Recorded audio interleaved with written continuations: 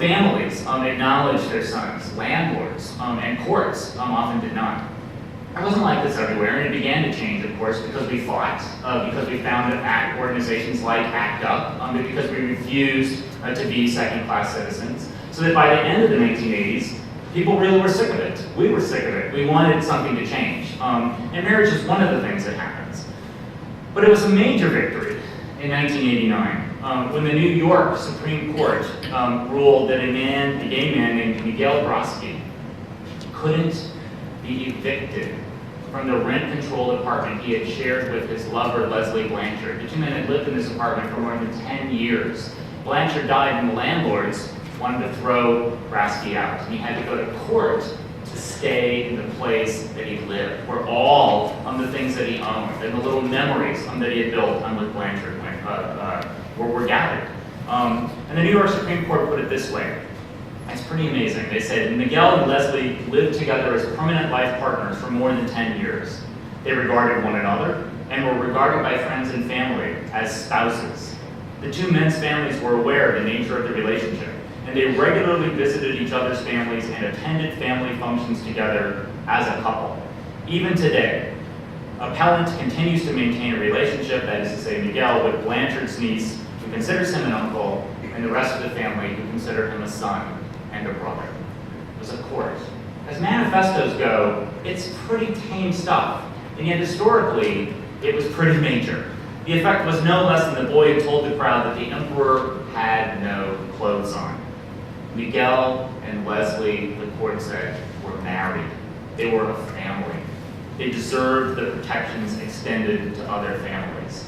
And saying it, in this instance, was transformative. One of those queer theory words. Across the country, cities, and far more interestingly, to me at least, most of the Fortune 500 began extending recognition to same-sex couples. They began extending domestic partnership benefits and allowing men and women to include their same-sex partners in their insurance policies, allowing them to inherit, allowing them to come to company functions and be recognized, and on and on. And that might have been the end of that. Except that in 1991, 4 lesbians and 2 gay men sued the state of Hawaii. These things always happen where you least expect it, for the right to marry. And Hawaii Supreme Court said, yeah, you get to do that. Our Constitution forbids discrimination on the basis of sex, and that's what not allowing you to marry is. It's discrimination. The technical term for what happened is, I believe, a shitstorm. Across the country, bigots stood up and said, no, this has to stop. And suddenly they changed their tune. The bigots now uniformly agreed that queers should be able to visit their partners in the hospital. They should be able to make healthcare decisions for them. They should be able to inherit property and stay in houses when partners die. They should be able to keep their children and keep their pets and keep their position in the community. They should be able to attend company Christmas parties, holiday parties. Hell, all of these things should happen. But marriage, walk down the aisle at a party afterward marriage? No, we don't want that. Not so much. Because marriage isn't only, or perhaps even primarily, about the joining of individuals. Marriage isn't about churches, it isn't about romance, and it isn't about tax benefits. Marriage is a state institution, and that's the key. That's why people care. As such, it's the model of what we're taught to imagine society should look like. So, for example, remember, not that any of us actually will remember this, but well into the 20th century, marriage was an expression of unquestioned male supremacy. In the eyes of the law, married women were little more than appendages of their husbands, like arms, and inconvenient appendages at that. Married women couldn't own property. They couldn't vote. They couldn't refuse their husband's sex.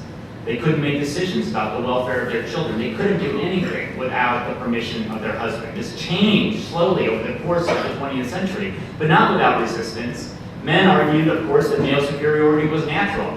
It was divinely ordained. It was traditional. Does any of that language sound familiar? And allowing women equality in marriage, they said, or in the larger society, would result in nothing less than chaos. The family would collapse, as would public morals. Children would suffer for the years. People would be offended.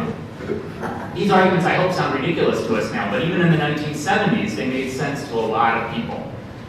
They should also sound familiar because they're exactly the same arguments made by the opponents of interracial marriage and now same-sex marriage. So they just keep changing the words, that's it. And the people that they want to exclude from equality.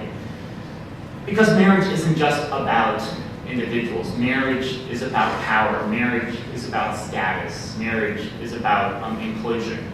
And if it weren't, crazies like Sandy Rios, the president of Concerned Women for America, or as I like to call them, Ladies Against Women, wouldn't care.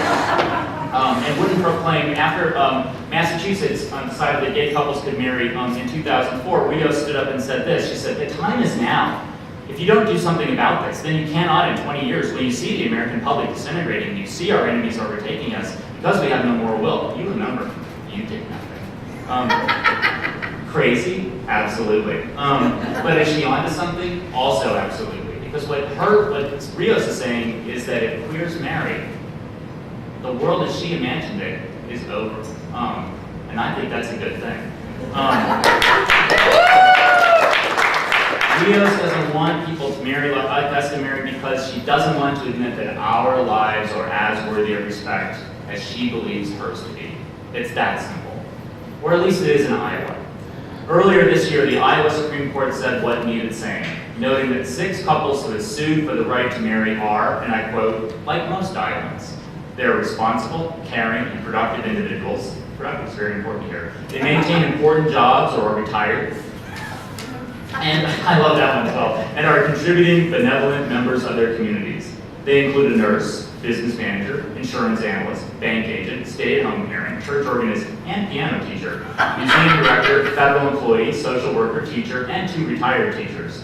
Like many Iowans, some have children and others hope to have children. Some are foster parents. Like all Iowans, they prize their liberties and live within the borders of this state with the expectation that their rights will be maintained and protected, a belief embraced by our state motto. This group of people asks a simple and direct question. How can a state premised on the constitutional principle of equal protection justify exclusion of a class of Iowans from civil marriage? And their conclusion, it can't. Congratulations, Sandy and Dandy. Let's hope that you get to have the rights that are extended already to queer couples in Iowa. As it is in Iowa, so let it be everywhere.